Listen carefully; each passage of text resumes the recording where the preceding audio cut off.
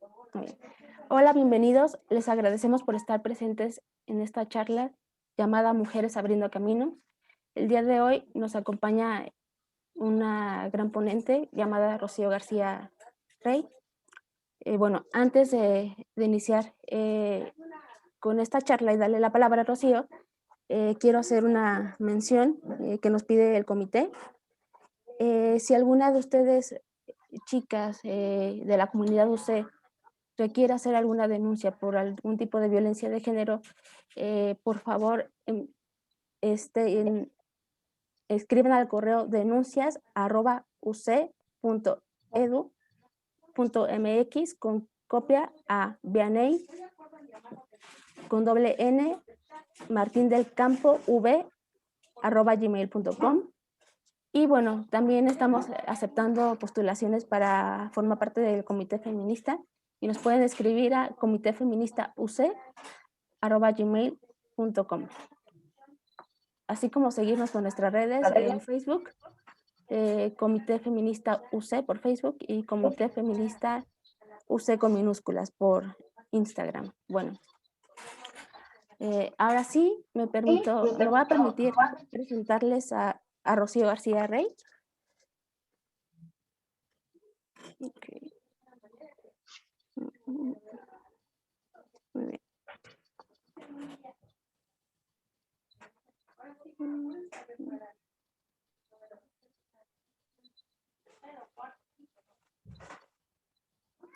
Ok.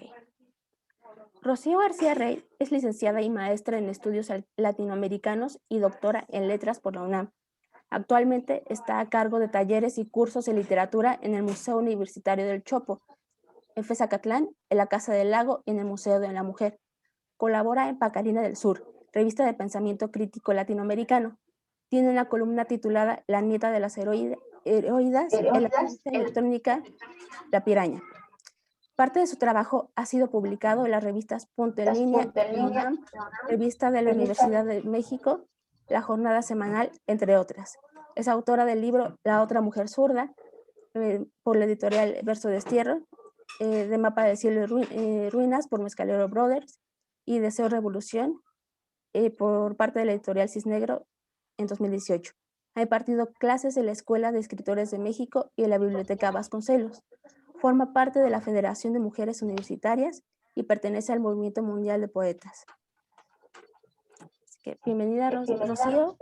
Este es tu espacio. Adelante. Muchas gracias. Bueno, pues en primer lugar quiero reiterar la invitación que en este caso fue a través de Joe que me hicieron. Creo que hay muchas formas de visibilizar este día y estas luchas que no solamente se dan un solo día. Y bueno, creo que ahora, en mi caso, por cuestión de la pandemia, pues he decidido luchar desde estas redes que son virtuales, ¿no? Pero que no por eso dejan de darle menos importancia a la palabra y menos importancia a los hechos. En esta ocasión decidí darle como título a esta charla, Mujeres abriendo caminos, porque yo creo que el propio feminismo o los propios feminismos, porque hay que empezar a decir que hay varios feminismos, no es lo mismo hablar del feminismo de la diferencia que del feminismo de la igualdad. Para empezar, se pluralizan los feminismos. Y en ese sentido, estos feminismos han señalado ya en varias ocasiones, de manera, me parece, muy atinada, que es mejor aludir a las mujeres, así en plural, Día Internacional de las Mujeres, en vez de Día Internacional de la Mujer. Esto porque, pues, así como muchas características, muchos problemas, muchos muchas querencias, incluso nos unen como mujeres, así también hay muchas diferencias que hacen que seamos mujeres, ¿no? Entonces hay una pluralidad que estaríamos borrando y que estaríamos, eh, sí, que estaríamos borrando y estaríamos obliterando pues esa pluralidad de discursos incluso que cada una puede dar. Eh, Eso por un lado. Lo otro es que titulé Mujeres abriendo camino porque me interesa mucho, sobre todo me voy a centrar, lo verán en un momento, en estas cuestiones más bien literarias, filosóficas, de autoras que fueron abriendo camino en en muchos sentidos, para que las nuevas generaciones tuviéramos, digamos, a lo mejor menos trabas para impulsar, en el caso del trabajo literario, para impulsar eh, nuestro trabajo literario, nuestro trabajo poético. Eh, es así que tenemos que partir de que somos hijas e hijos también en el caso de los hombres, pero bueno, ahora estamos hablando de las mujeres.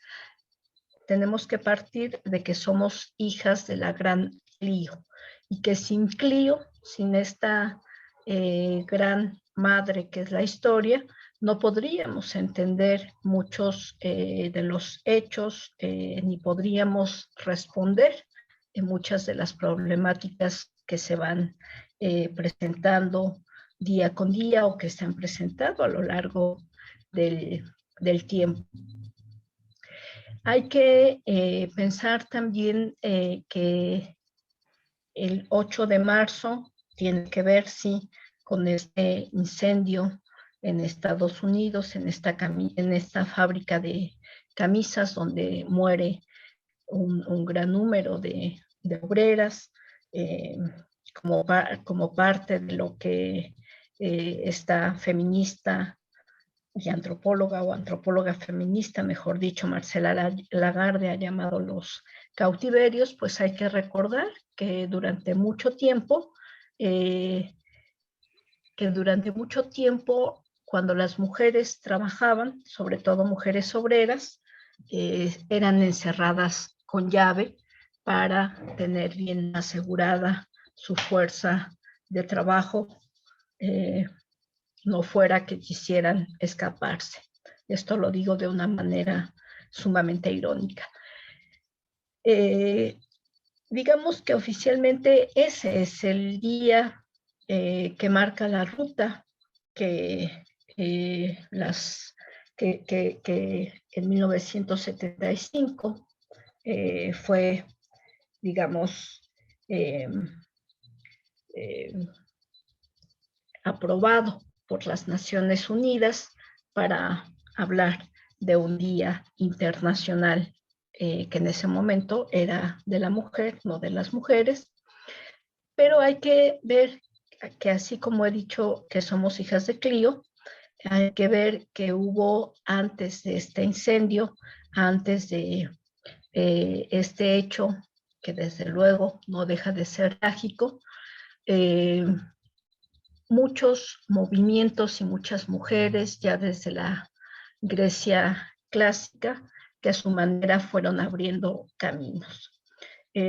Voy a mencionar, por ejemplo, a Safo, quien es esta gran poeta de la Grecia clásica, y es una mujer que rompe no solamente por el tipo de escritos que en ese momento, y bueno, aún ahora, son escritos de corte, digamos, erótico, pero además sabemos bien que son de corte también lésbico. Eh, en realidad fue una poeta que tuvo su lugar bien afianzado porque en ese momento los hombres que ocupaban los cargos, pues bien supieron valorarla y así como vemos también que hay un Platón que huye de los poetas y esto nos los explica muy bien la filósofa María Zambrano en un libro que se llama Filosofía y Poesía, cuando dice Platón destierra a los poetas. No pasa lo mismo con Safo. A Safo se le da un lugar diferente. Y pongo como ejemplo a esta mujer para que veamos que desde muchos momentos de la historia ha habido ya mujeres de una u otra manera transgreden con la palabra, con los hechos, con la palabra y con los hechos. No hay que ir tan lejos, por ejemplo, cuando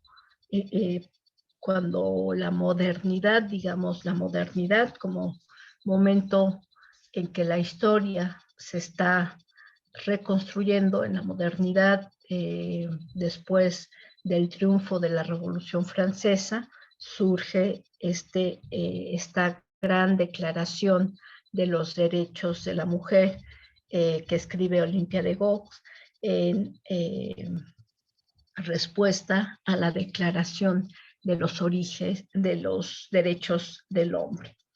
Y claro que no todo, y eso lo sabemos muy bien, no todo es miel sobre hojuelas en la historia en general, pero ahorita que hablamos de historia de las mujeres, no todo ha sido miel sobre hojuelas, no es que vayamos pensando que, que estemos por caminos, digamos, que no han tenido piedras, que no han tenido cactus, que no han tenido abrojos, al contrario. ¿Por qué lo digo? Porque Olimpia de Gaulle, por haber hecho esta declaración y haberla hecho pública, esta declaración de los derechos de las mujeres, es mandada a la guillotina, es finalmente pues asesinada. Es, digamos, un feminicidio, no se ve a lo mejor a la luz de la historia como feminicidio, pero finalmente fue un feminicidio. No hay que viajar mucho en el tiempo para pensar en una mujer cuyo padre fue peruano y ella nace en Francia, que tuvo además cierta relación con Olimpia de Gaulle, que fue nada más y nada menos que Flora Tristán. A Flora Tristán le debemos el hecho de que muchas mujeres muchas mujeres que se adherían a la causa socialista, empezaran a ver que dentro de este socialismo, pues digamos, heterosexual, por decirlo de alguna manera, y heteronormativo también, de manera tácita, pues el problema de las mujeres no estaba dicho, ¿no? Y el problema se reducía, parecería, dentro de estos planteamientos marxistas a la lucha entre proletarios y burgueses. Y esos proletarios y esos burgueses generalmente se concentraban en la óptica y en el pensamiento como hombres. Pero ¿dónde quedaban las mujeres? Entonces es así que van surgiendo mujeres que sí están de acuerdo con los planteamientos socialistas, pero que también se dan cuenta que necesitan hablar de una causa propia, de una causa de las mujeres, y en ese cambio, en esa nueva óptica, es que se inscribe Flora Tristán. Flora Tristán nos deja un gran legado con su libro Peregrinaciones de una paria, donde hace todo un escrito de su viaje a Perú y hace toda una crítica a la sociedad de su momento.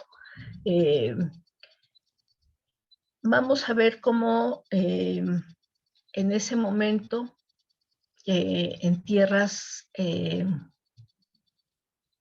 inglesas y en tierras latinoamericanas, no en ese momento, más bien ya a principios del siglo XX, surgen otras mujeres que empiezan a abrir camino y que empiezan a darle fortaleza a la imagen de las mujeres no como objeto, sino como sujetos políticos, ¿no? Como sujetas políticas. Estas mujeres son nada más y nada menos, o fueron nada más y nada menos, las famosas sufragistas. De ellas habla y quiero hacer mención de lo que dice, porque es muy cierto lo que dice como anécdota en términos un tanto irónicos Rosario Castellanos en su célebre libro. Si no lo han leído, les recomiendo que lo lean con mucho detenimiento, que lo analicen en su libro que se llama Mujer que sabe latín. Es un libro que desde luego no tiene poco tiempo, es publicado en 1972, es un libro de ensayos, y en ese libro Rosario Castellanos va diciendo y va develando cómo finalmente las mujeres hemos quedado como mito. Si hemos quedado como mito, esto lo retoma de una filósofa célebre que también abre camino en la ruta de la visibilidad de las mujeres, que fue la gran Simone de Beauvoir. Esto lo retoma de Simone de Beauvoir, dice: si no estamos en la historia, entonces somos mito. Y el mito es finalmente la parte un tanto intangible y un tanto fuera de la realidad. Entonces necesitamos, ante todo, tener derecho a la dignidad, tener derecho a ser parte de la historia, a ser nombradas como mujeres que han sido parte de la historia, y va haciendo un viaje también de cómo nos han construido los hombres como objeto, y entonces hace alusión en algún momento a que el pie chiquito es sinónimo de feminidad, sinónimo de belleza, y pues finalmente está criticando los estereotipos. Y cuando llega a esta parte de los pies, que podría parecer totalmente anecdótico, dice, por ejemplo, en Oriente se vendan los pies, ¿no? Porque ¿cómo será posible que las mujeres marchemos de una manera segura, de una manera que no nos dé miedo el paso firme? Eso lo hicieron las sufragistas, atreviéndose no solo a salir a las calles, no solo a pedir el derecho del voto, no solo a ser visibles, no solo a decir: aquí está mi palabra, aquí está mi voz, que se extiende como un eco político, como un eco social. Aquí están también mis botines, porque necesito marchar, y marchar con elementos seguros, en este caso, los zapatos, ¿no? Entonces, esto nos lleva también a hacer un paréntesis y ver cómo, y esto lo trabaja muy bien, fíjense, para que vean que no solo cito mujeres. Esto lo trabaja muy bien este sociólogo de origen francés, que es Pierre Bourdieu, en un libro que se llama La dominación masculina.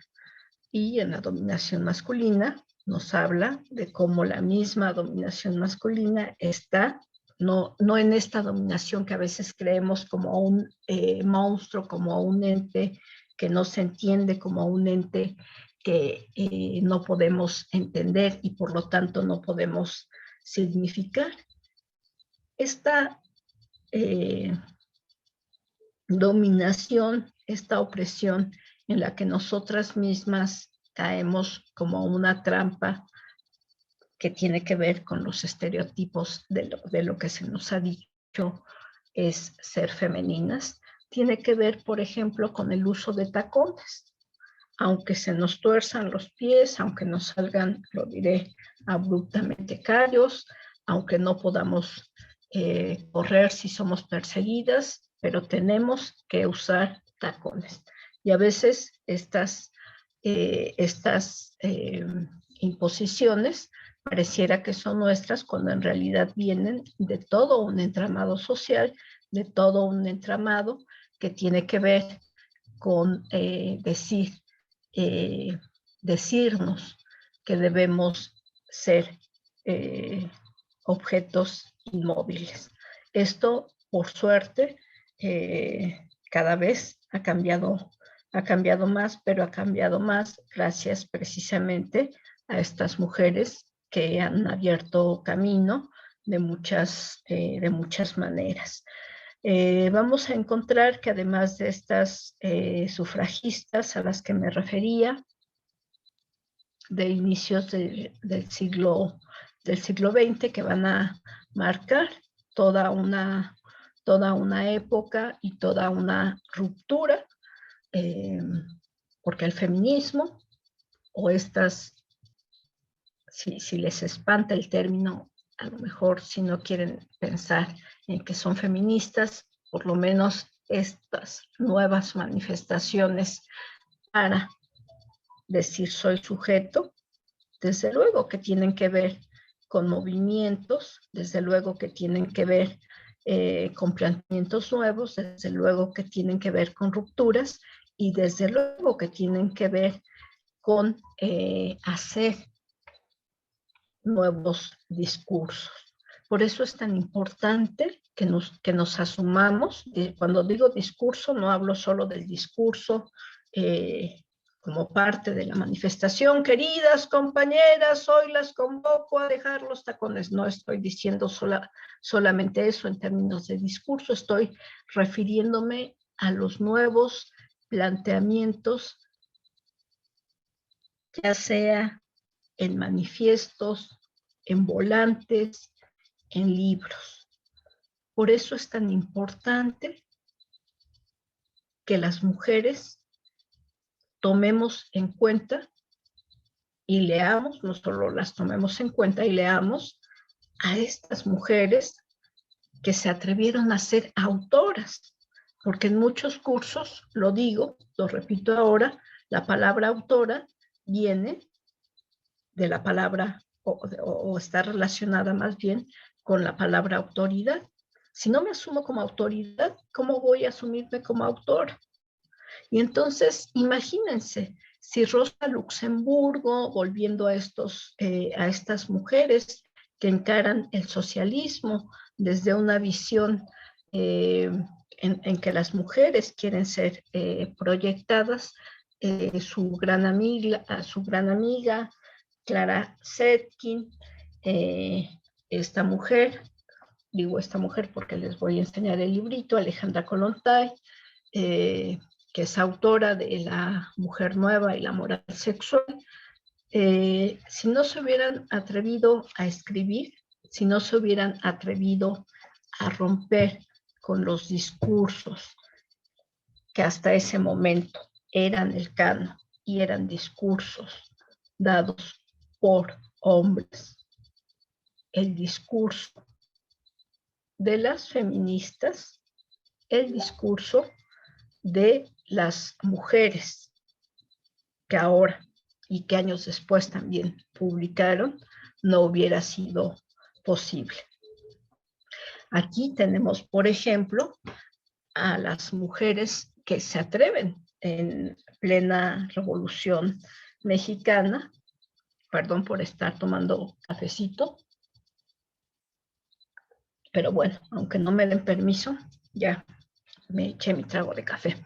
Bueno, aquí en México vamos a tener a este cúmulo de mujeres que son el antecedente de las valientes periodistas que tenemos ahora. Y ahí tenemos el periódico, por ejemplo, Las Hijas de la Náhuac. Tenemos, por ejemplo, producciones que tienen que ver con mujeres que ya están echando mano del poema, por ejemplo, o del cuento. Me estoy refiriendo a Laura Méndez de Cuenca, por ejemplo, ¿no? Y es muy importante considerar cómo estas mujeres que van abriendo camino, en muchos sentidos, no son tomadas en cuenta en las mismas universidades, ¿no? Lo digo precisamente por esta mujer, Laura Méndez de Cuenca. Hace algunos meses di un curso en la Casa del Libro, en Cazul, que fue precisamente sobre mujeres en la escritura y en la historia y en la literatura. Y bueno, cuando llegamos a Laura Méndez de Cuenca, pues resultó que era prácticamente desconocida para muchos, ¿no? Pero lo peor es cuando nos encontramos que esto que les dije, vamos a leerlas, a veces se vuelve imposible porque son mujeres, son autoras que no han sido reeditadas. Este es un gran problema que como sociedad, yo creo, como mujeres, también debemos considerar qué está pasando para que no se reediten a las mujeres que marcaron rumbos, que marcaron época y que no podemos tener acceso a sus lecturas.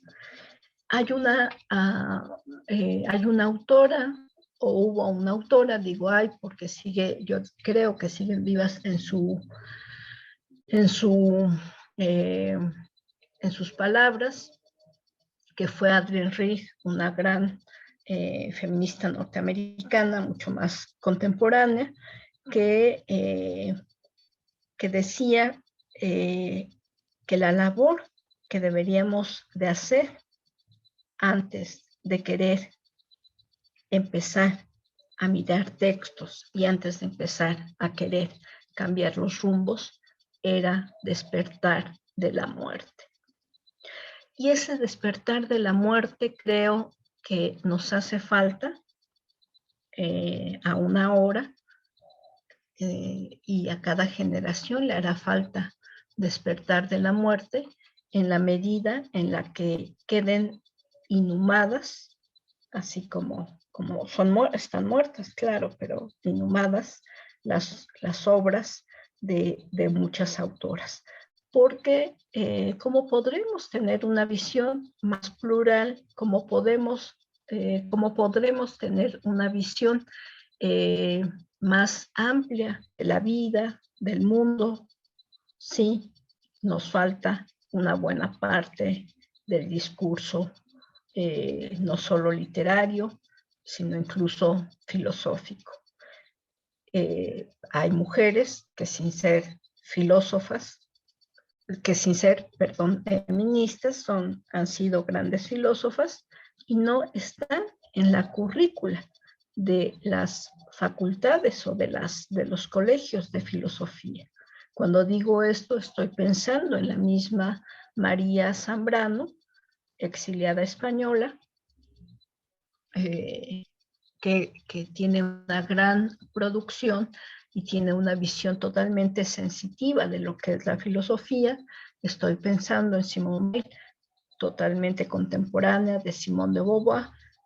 ¿Y cuándo hemos leído esos discursos filosóficos? Eso lo dejo muy claro ya,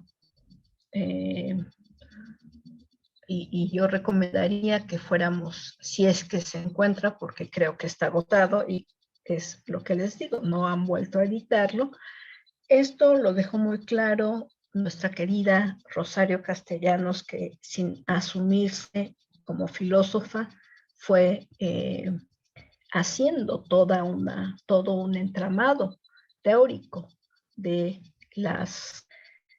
de los problemas y de los avatares que vivíamos las mujeres. Esto lo dejó muy claro en su tesis de maestría en filosofía. Esta tesis de maestría en filosofía la hizo cuando contaba únicamente con 26 años, así que apúrense a hacer su tesis, no sean flojitos ni flojitas, asúmanse como autoras. Esto lo dejó plantado en su tesis, que después, les digo, se volvió libro y que se titula Sobre cultura femenina.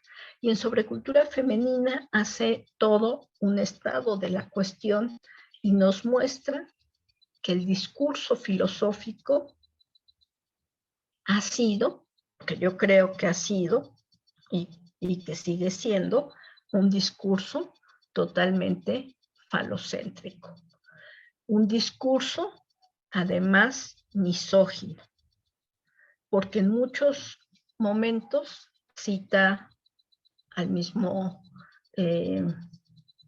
Benninger, al mismo Schopenhauer, con pensamientos sobre las mujeres que dicen, por ejemplo, que nuestro cerebro no evoluciona y por eso debemos estar a cargo de alguien superior, en este caso, de un hombre, eh, o que pensamos en nebulosa, por eso no somos capaces de tener pensamientos claros y menos aún filosóficos. Entonces, bajo la visión de los hombres, bajo la constitución del mundo de los hombres, es como hemos vivido mucho tiempo.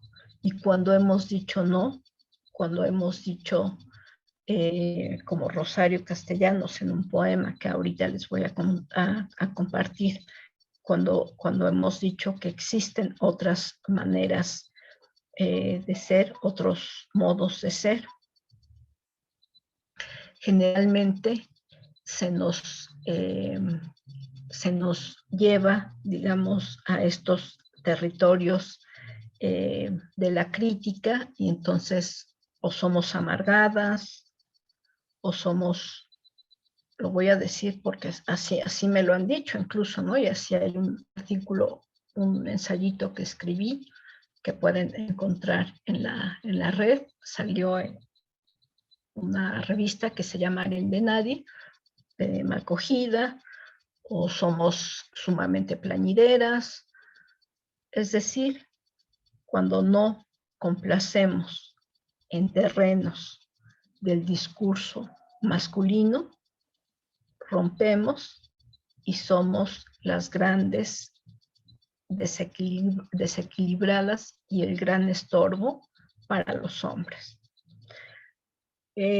A los hombres, yo creo, de cierta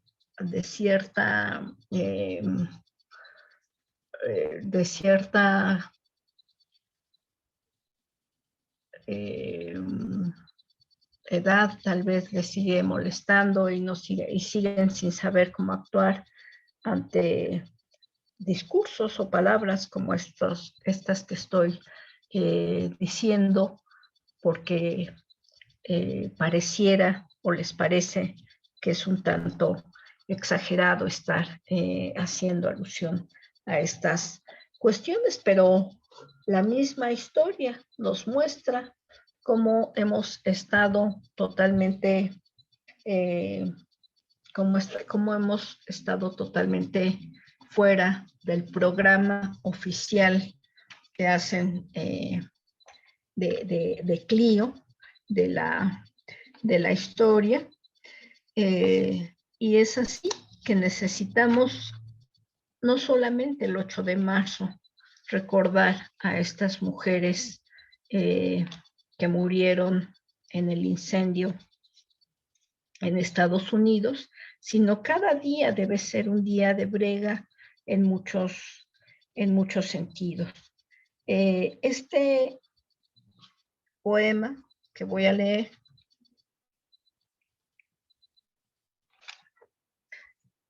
se llama Meditación en el umbral, es de Rosario Castellanos y dice así: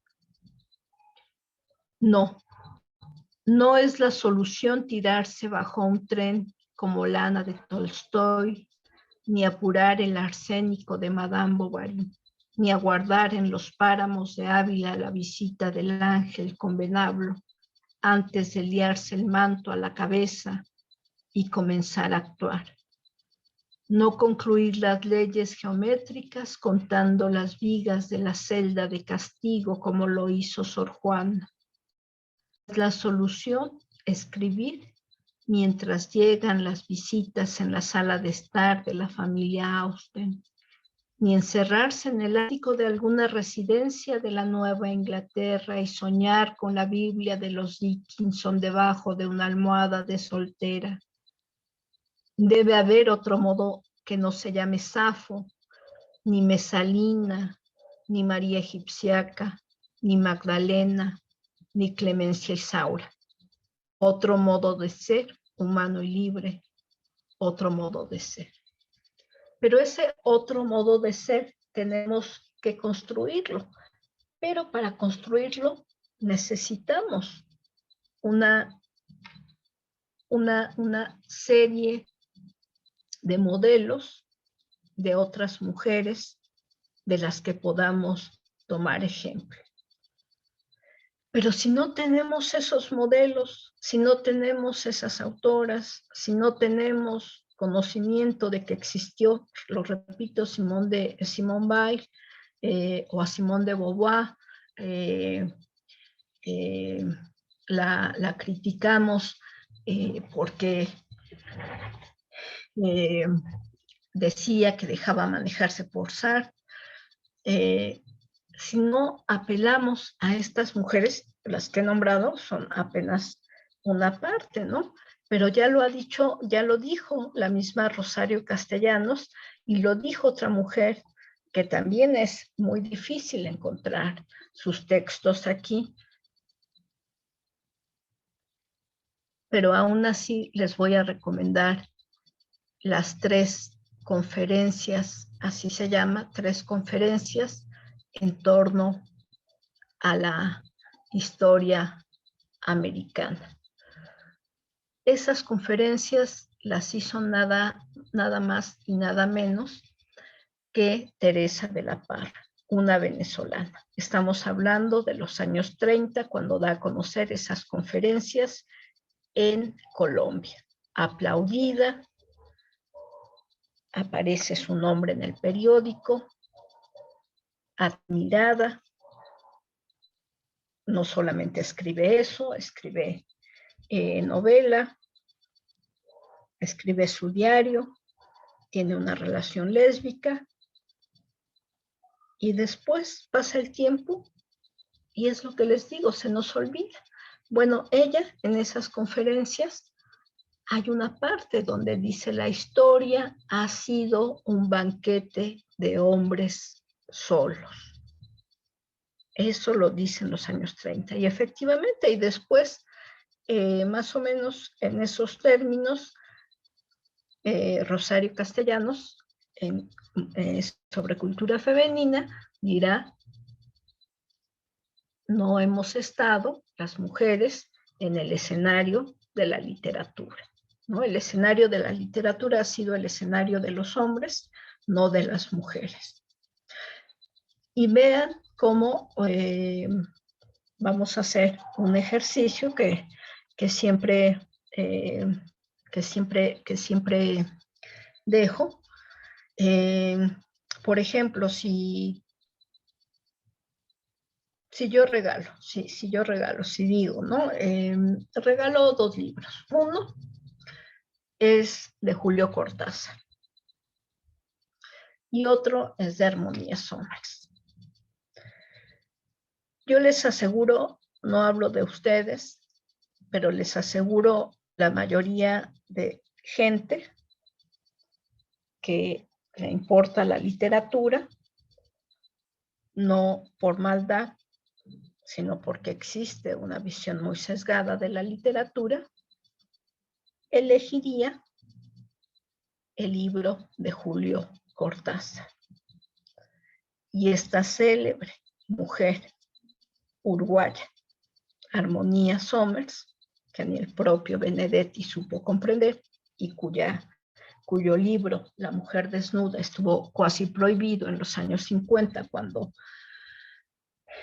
cuando apareció, seguiría en el camino de los desterrados. Leemos y admiramos, por ejemplo, a este hombre, autor de En busca del tiempo perdido, Marcel Proust, pero nadie conoce o nadie se ha atrevido, porque no nos dicen que existe Solo los elefantes encuentran mandrágora, que es precisamente otra novela de Armonía Somers. Entonces, es así como vamos reduciendo nuestro mundo. Wittgenstein decía algo así como que en la medida en que conozco palabras está el conocimiento de mi mundo. Pues sí, pero ¿qué conocimiento del mundo estamos teniendo en pleno siglo XXI? A mí me preocupa que estas nuevas generaciones, que estas compañeras jóvenes, compañeros jóvenes, salgan a la calle, vayan a la universidad sin un bagaje que los respalde para hacer renovados discursos. Me preocupa que las consignas no sean renovadas, y si no son renovadas, que digamos, no las renovamos porque nada ha cambiado, pero que tengamos ese conocimiento propio, ese conocimiento real, y que cuando los chavos, bueno, ahora hay pandemia, chavos hombres, quieran coquetear con las mujeres diciendo, hola nena, soy poeta, nosotras podamos decirle, a ver, ¿qué opinas de la carta a Sor Filotea que escribió Sor Juana? ¿Qué opinas de que le hayan obligado a decir, a firmar y a renunciar a sus libros y a firmar al final, yo la peor de todas? ¿Qué opinas de eso? Hagamos plática de eso. Porque bajo el discurso masculino, lo poco que he visto, no digo que es todo, pero bajo el discurso masculino que pretende ser, por ejemplo, erótico, seguimos siendo nalgas, seguimos siendo pechos voluptuosos, cuerpos perfectos. Entonces, bajo ese discurso, nadie me querría, no sería yo amable, no de amabilidad, es decir, no tendría la posibilidad de que alguien me amara porque tengo lonja, ¿no? Porque tengo llanta, y por más que hago ejercicio, pues ya la llanta está ahí, ¿no? Entonces me sentiría totalmente desterrada. Y sí, las que tenemos llanta o lonja estamos desterradas de los estereotipos. Ahora hay que ver con qué ojos me veo en el espejo. Me veo con los ojos de Schopenhauer, con los ojos de Rosario Castellanos o con un cúmulo de visiones de mujeres que me han dado la posibilidad de decir, bueno, hay una lonjita, aún así, a lo mejor vale la pena que leas un poema. Hablo mucho y quisiera más tiempo, pero bueno, ya ve, para no aburrirlos, porque ya hasta cerraron sus cámaras y no sé, a lo mejor ya están durmiendo, roncando, no sé. Voy a cerrar con este poema que hace un año que montamos una obra de teatrito. Perdón, no pude ir a la marcha, pero lo escribí, hice me vestí con 2 cartulinas, bueno, no, sí llevaba ropa, pero me puse 2 cartulinas encima y escribí este poema. Este poema está en una antología que se llama Intenso Carmín, 2 líneas y versos, es de mi autoría. Y tiene que ver, o más bien lo hice en memoria, de Lesbi Osorio, aun cuando no se determinaba que su asesinato había sido un feminicidio. Matable. Soy absolutamente matable. Mi dignidad es un conjunto de astros vacíos. Puedo ser absolutamente viajera de las noches. Ahora no me llevarán a la pira. Bastará el tácito látigo de la desaprobación. No oigo girar ni latir estrellas. Tal vez palabras como remedo de castigo. Demasiado gorda, demasiado flaca, demasiado adicta a los libros o demasiado trunca en los estudios. Mi dignidad, como conjunto vacío, resbala ante los discursos oficiales. Demasiado puta o demasiado casta. ¿Qué más da si soy perfectamente asesinable? ¿Cómo me atreví a pensar que como Julia de Burgos yo también podría ser el desequilibrio danzante de los astros? Me han reducido a una mera bifurcación de los esquemas. He querido alimentar mi vida de periplos que no me condujeran a la zona de las ánimas. Antígona me gritó, pero cuando oí su advertencia, retumbó en la sangre que escurría que para ellos solo soy un signo inconcluso, perfectamente matable. Muchas gracias. Con eso finalizo mi humilde charla. Y bueno, vamos a darle la palabra, no sé si a Joe o a quién le demos la palabra. Bueno, perfecto. Si alguien quisiera hacer